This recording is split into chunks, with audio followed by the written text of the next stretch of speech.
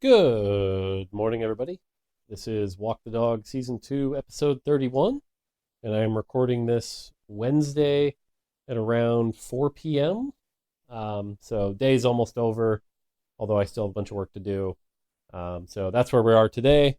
This is after the two tweets now that have gone out about the unlock mechanic changes and things like that. That's kind of where I'm at. So I brought some questions today, but before I get to the questions, I'm sure lots of things to talk about. First of which is just do want to apologize. I haven't been able to do Walk the Dog every day. Been juggling various other things. It just hasn't been the kind of thing where it's like I can't quite squeeze it in every single day without sacrificing something else. I'm going to try to keep doing these. I'm not going on hiatus yet or anything, but just bear with me. I hate it, though, because what I know is that generally with content creation, consistency is absolutely the key. When I was streaming, that was one of, I think, my secrets to success was being that consistent every weekend at the same time, daily video every day at the same time.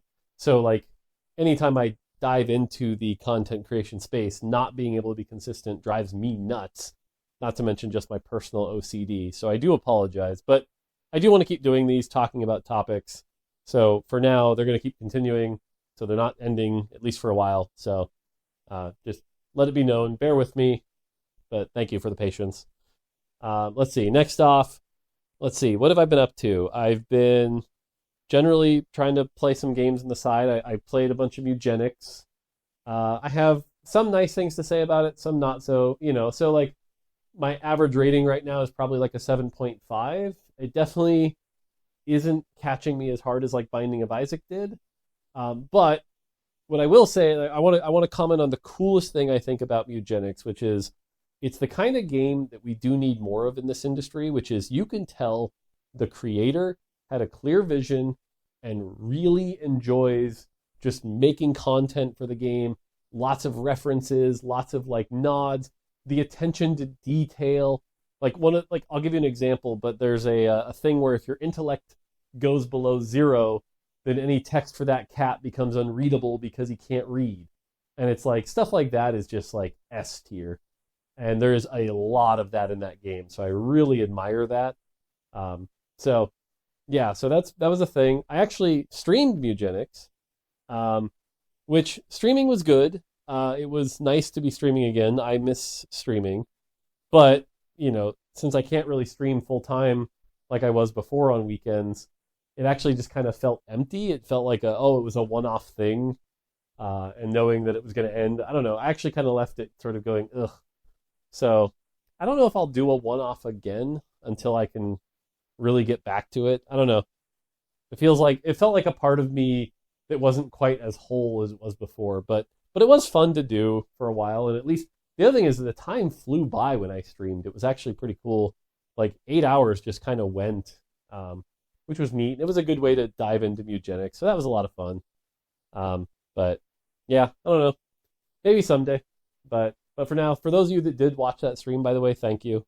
It meant a lot that many people still showed up despite my long absence and things like that. So that was cool. Okay, so let's see. What else? Well, obviously the big story is the unlock changes. The unlock changes, basically, when we were talking about this as like a code name, I jokingly was calling them unlocks unlocked, which was basically the concept of taking the unlock mechanism and pushing them even further. Now, it's interesting because I swear I've mentioned this on Walk the Dog before, or at least in some interview or something, but about a month before we shipped with the unlock system, I had this feeling, because we kept making unlocks easier and easier, that it was like, man, if this system had actually just been like, you open Team Planner and click them and now they're in your pool, that would almost have been better, ignoring the obvious, like, the UX of opening Team Planner to add stuff to your pool is stupid. Let's ignore that for a second. But, like, it was almost like any sort of hook for most of the units. I say most because there is an exception here. But most of the units, just the hoop being too hard to jump through limited your options a lot. And one of the benefits of the 100 Champions was having a lot of these, like, branching paths. But as players have correctly pointed out, and, internally, Aniko was the first one to really bring it up as, like, a major pain point. But we've also seen other players bring it up. Soju's gone on a couple rants about a similar topic, but just that like it's not as flexible as you think it could be because being in the right position for everything just requires too many hoops. And I think there were just too many of the champions were out of reach a lot of the time. And so, it was one of those things that as we talked about this, people were asking me, well, like, what do you think about this? And I'm like, look, I do think the set will be genuinely better if we make these changes.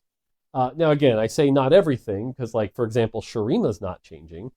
I think things like Shurima and Baron and Asol, although Asol's getting a little easier, only a little. But like Baron, for example, like those are meant to be capstones, and having a few of these capstones is good. But the problem is it felt more like 20 of them were capstones, right? Like Thresh and Tom Kelly. Like a good example here is the difference between Set, who, yes, is a capstone for Ionia, but can be played everywhere. It just has been optimized into Ionia, versus like Galio, which is like, no, that is only Demacia. You are only playing Demacia. There is nothing else you can do about it. You can't even be remotely creative about it. Deal with it, right? Like, I think there's a difference there, and to me at least, the Set version is more interesting. But I'll also say there is some pain because like the casual players generally like the Galios. And even in the very first design, when I first drafted 16, Galio was intended to be the like, casuals will love this champion, right? It's like play vertical Demacia, get this cool, unique champ that no one else has access to. But overall, I think that's been tricky. So all of this is to say that, like, as we talked about this, I'm like, yes, I do think this will make the set better. The problem is we had this conversation just too late, right? The combination of like the long breaks, letting the set rest, dealing with some other stuff not related to live. It was just like, we got to this point where it was like, okay, it's too late to do this for 16.5. The obvious easy answer was just like, well, we just save it for the For Fun patch, right? Like we could just do it for the For Fun patch. No problem. There's no risk there. Easy cheesy. But we also know that anything we do in the For Fun patch is generally like by our most engaged players kind of disregarded. It's like, well, that's done. Who cares?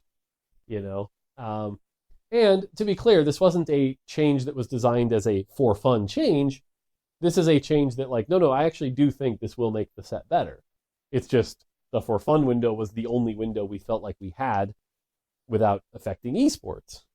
But as we talked about it, the reality was it's like, well, if we really do think it's making the game better, why aren't we doing it? What's stopping us? And so, between me, Alex Cole, a bunch of other people, we had some pretty tight conversations, and it was like, are we going to do this, right? Like, do we think the learnings that we get, if and when we ever return to unlocks is going to be worth it? Probably. Do we think it's going to make the set better for an extra month? Yeah. Is that worth it? And, we know with competitors, with any patch, right? Like, we've gone through this so many times over the years, right? That anytime you make a change before a big tournament, it's painful. I think even on Twitter right now, there's a couple players who have been pointing out some of the changes that happened in set 15 that apparently made mech, way too good. And we had the regionals patch where mech was like the only playable line or whatever, right? Which obviously was terrible. Thankfully, we haven't had any patch like that this set. But, if your trust is eroded from a previous set and you believe that any big change could lead to this, like that's fair, right? So definitely a risk. I know the live team is working really hard to try to make sure we land this. It's also why we're trying to ship it to PBE early. I've seen a bunch of people who are like, well, you're not going to have enough PBE data. It's like, well, yeah, that's because we don't actually have, like, PBE data at this scale is never going to be good to balance, right? Like, we're just going to have to do internal sims, try to watch a little bit, get a feel for things. We're at least familiar enough with the content now that, like, we can know, okay, Vigar clearly can't be unlocked on 3-1, that easily. That's just going to be a problem, right? So we're going to have to adjust that. But stuff like Yone is a lot more interesting, right? Where it's like, yes, you can get Yone a lot easier now, but Yone without Yasuo 3 might just be weaker regardless. And we haven't actually seen a lot of like Yone plus Belveth plus Ambessa lines. What does that look like? So definitely going to be some interesting things to see here. And I think it's tough because TFT has two sides when we talk about skill expression, right? There's the adaptability side, and this is where we've seen, I think, players like Robinsongs can do pretty well here, where it's like it's a new patch. You have 2 days to figure it all out. Take your essentials, your fundamentals. That's the word I was looking for. Take your fundamentals, get it all to work, and get it to apply and do well. And then there's the refinement, right? And the most famous example of this to me will always be Milk and Kled, right? Where it's like you have mastered a single comp that hasn't changed in a while. You know its ins and outs, and so what this does is it makes regionals a lot more about the first than the second.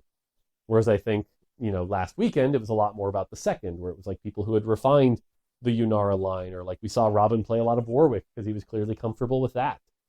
So it's just a different skill test, but obviously the people who like one skill test more than the other will be more or less upset and things like that. So I don't know. It was a tough call. What I will say is I back the decision we made. The decision is that we're shipping it this patch. Pros and cons, like everything in design, there's always a trade-off. So we'll see how it goes, but I'm working with the live team pretty tightly to just make sure things are landing well, and we're gonna double check everything. Like already, we were talking about how the Skarner one Tim put in was it's any chain vest item, including like Titans and Edge of Night. Players have already correctly pointed out that that just means every Slayer line is going to unlock Skarner. Is that okay? Whereas the original version had just chain vest, but the problem with just chain vest is it might mean you feel bad about building an item. Like you get an early chain, you feel bad about building it, and then you can't get a chain later, which can also feel bad. So there's some trade-offs there to figure out. So that's why I'm saying the list that I posted is not final by any means. But again, all of this, I'm talking about a lot of details, but all of this backs down to the core point here, which is that we have a set on live right now that's doing well. We think it's a good set, but that doesn't mean it can't be better, right? And, we're listening to the player complaints and the pain points about what's working and what's not, right? Like I think one of the more annoying pain points that even I've experienced is if you look at the meta the last 4 to 6 weeks, it hasn't really changed, right? Like hopefully by the time you're watching this, because tomorrow's patch 16.5, and hopefully the 3-cost and 2-cost buffs help this. But generally, it's been a 4-cost meta for a month and a half. And pretty much every meta this set has had some consistent top tier lines and then some lines that just haven't really been playable, right? Like Noxus, for the most part, hasn't really been playable for almost 2 months. And so all this is to say that we got to keep improving the set, And so just because we're nearing the finish line doesn't mean take your hands off the wheel and just coast the rest of the way. We always want to make the game as good as it can be. And so I am glad I work on a team that we're willing to make this kind of change.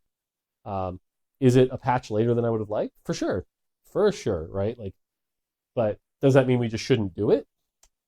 I don't think so. And so history will see if that ends up being the right case, right? If we're wrong and for whatever reason we screw up and Noxus openers are the best thing in the game and anyone who gets a Noxus opener has a 1.8 average and we screwed up the entire, yeah, sure, call us on it, right? That'll be I can go on my next year's review and as a miss, but that's the job, you got to make tough calls like this. And so I'm proud of everyone involved who made the calls like it is, and we'll see.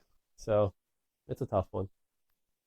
I think that's it about the unlock stuff. The only other fun topic is I had done the Riftbound pre-release, which was Riftbound Draft for Spirit Forged.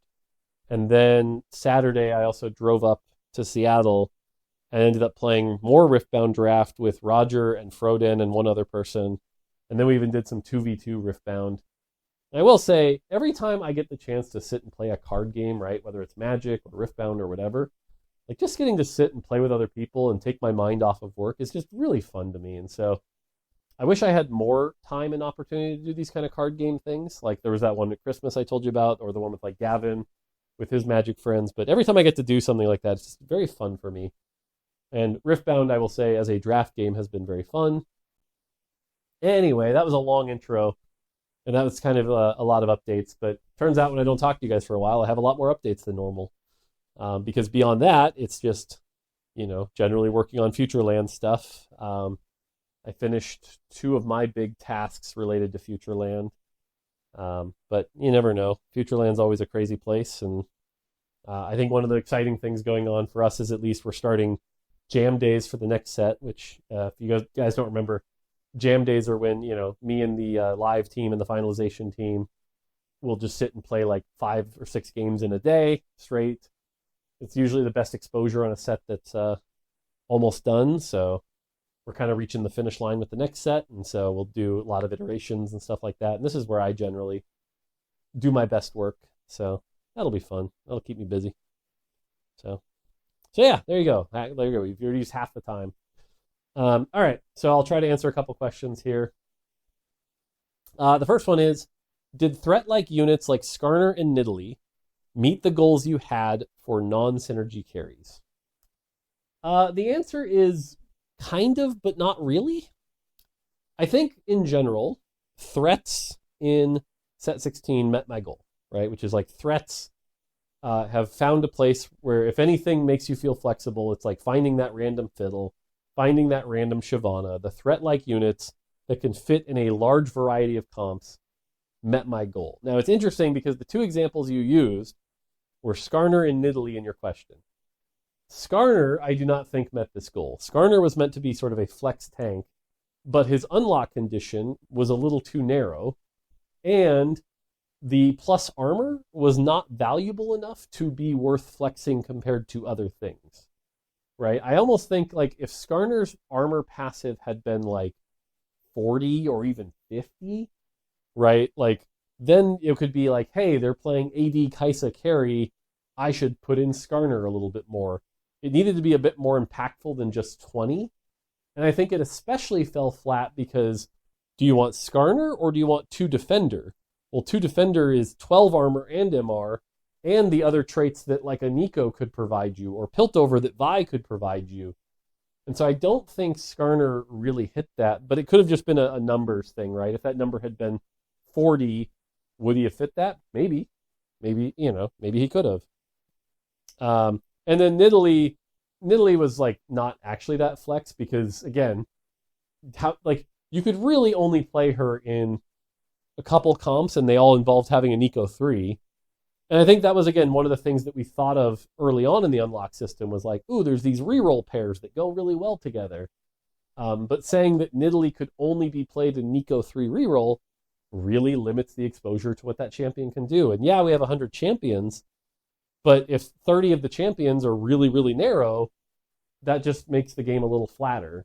Now, what I will say is Nidalee as a champion, every time I play a Nidalee game, I love it. Nidalee games are so fun. I just find her pattern exciting, and the whole, like, you can't target her until the tanks have died is really interesting. So I like the champion, but do I think she really fit the goal of, like, a non-synergy carry?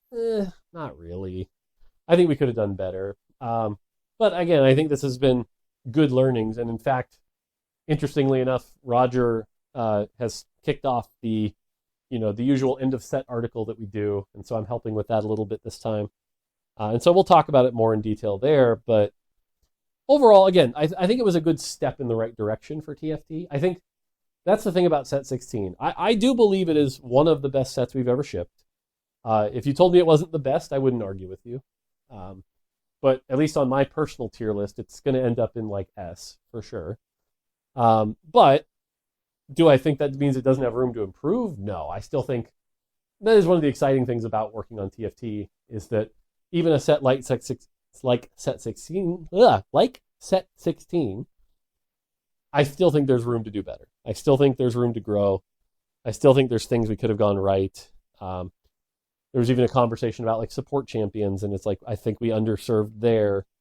So overall, I think the answer is like they were steps in the right direction. And to be clear, if any of like the people working on the set are listening to this, I'm actually talking more about like the direction here, right? Like this isn't the sets team. This is actually me of like, did we pull the trigger far enough, right? Like I'll give you a real tough example is like,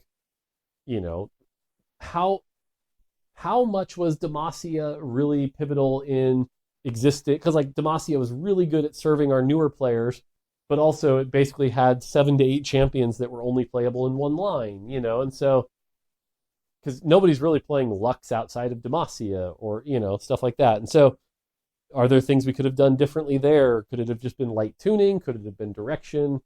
Did we get that right or wrong? If Demacia had been a 6 instead of a 7, would that have been better? Right? Like, there's just a lot of really small nitpick decisions that could have changed a lot. So that's what I'm currently always thinking about with the set. So there you go. All right. Next question is kind of a silly one, but I'll answer it. What makes a game hold up versus it's just nostalgia? Whenever we talk about a game that holds up, right? Like, the Super Metroid hold up, or is that just nostalgia? To me, the answer to this question is twofold. But basically, at its core, what makes a game hold up is if the game mechanics itself are timeless and digestible and enjoyable, no matter your background of enjoyment, right? So a silly example is, do I believe any fighting game can still hold up? Maybe, but like that fight, if a fighting game requires, that you've played fighting games before and understand what motion inputs are, does it hold up? Probably not, because it requires a lot of learning. To me, the games that hold up are like the best in class of their genres and almost invented their genres, right? So like Mario 64 to me is a game that holds up because it came out and invented the genre and is still just an amazing 3D platformer. Now, has it been improved since then? Is Mario Galaxy and Mario Odyssey improvements? Yeah, for sure. But at its core, it did it right. Super Metroid to me holds up because it's just a neat, tight package of a Metroidvania, and the graphic style. So the other part of this is the visuals, right? Because hilariously enough, the games I generally think don't hold up well are the early 3D games. Because early 3D games are like visually just really rough to look at, and we're dealing with a lot of constraints, right? So like, does Final Fantasy VII really hold up? Not as much, to be honest. And I love that game, but like, my God, that game is hard to look at.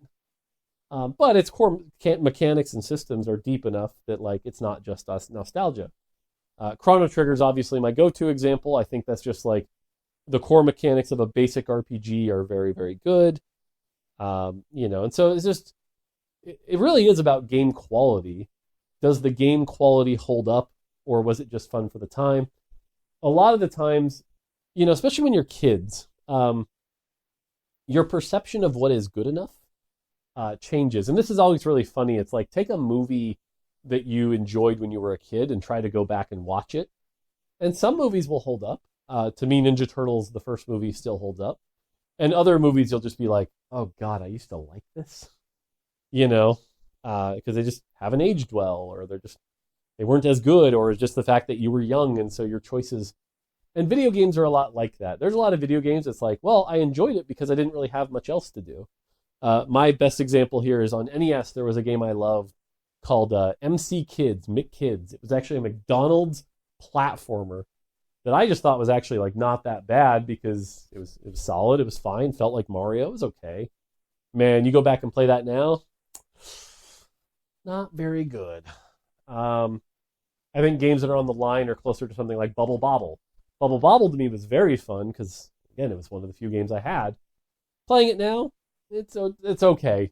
Would I recommend anyone stop what they're doing and go play Bubble Bobble? No, right? It's not really showing anything like revolutionary to the genre. It's not the best version of anything out there. There's probably better versions of it. And it's interesting because Super Metroid, you could even make that argument where it's like, is there better versions of Super Metroid? Maybe. But the one thing I will say Super Metroid does that holds up is like, it is a tight experience. It is like a nice 4 or 5 hour tight experience. Is Hollow Knight better? Yeah, probably overall. But Hollow Knight's also like not as accessible as Super Metroid, and like Super Metroid, you just get a nice complete meal. Whereas Hollow Knight, you have to kind of go deep, and if you're not in the mood for that meal, you might not as enjoy it as much. So, yeah, there's a bunch of elements. Accessibility, how well the mechanics hold up, how good the mechanics were relative to the rest of the genre, how much innovation there's been in the genre since then, right? Like, So that's a lot of the answers, and I could probably talk about this one for ages. But that's generally some of the things I think cause games to hold up. So, yeah, and part of that is nostalgia for sure, right? Super Metroid for me holds up a lot better than I'm sure it does for some people. But I don't know. Chrono Trigger is the one game I'm just like, I don't care what age you are. That game is just still good. So, cool. All right, I'll get through one more question. I owe you guys since it's been a while since I've done one of these. Whenever a set comes to an end, do you think it was the best state it could have been? Or if not, what could you have changed? And which sets ended on a good note, do you think? So it's hard for me to remember the end of every single set because usually at the end of every set, I'm already working on the next set. But to your question is, did they end in the best state they could be? No. The answer is always no. This goes back to how literally we started this season with the Creator's Curse. The answer is no. I look at every set and I'm like, would have done this differently, would have done this differently. Not to mention we just learn things, we iterate. Every single set now I could go back to and make it better. Every single one. So, and it's funny, someone was just talking about, we were just talking about what makes a game hold up or nostalgia. It's funny, a lot of sets I actually think don't hold up, but I think would be very fun for nostalgia. When people tell me like, set 6 is the best set ever, I'm like, yeah, to some extent it was. It introduced augments, it had some really good champions and things like that.